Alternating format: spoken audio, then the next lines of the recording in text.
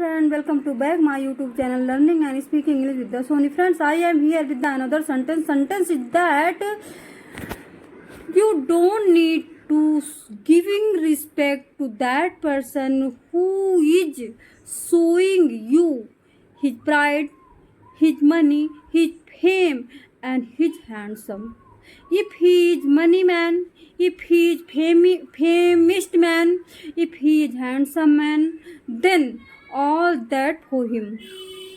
I don't need to giving respect this type person.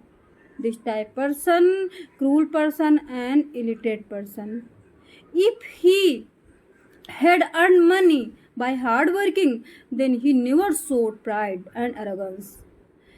If if we give respect to that person when another person see to giving respect, then that person go to side of the demotivation, because that person made a thought inside of the mind. If that person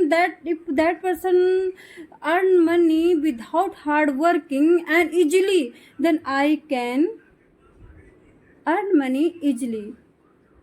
By this activity, people go destroy people hard working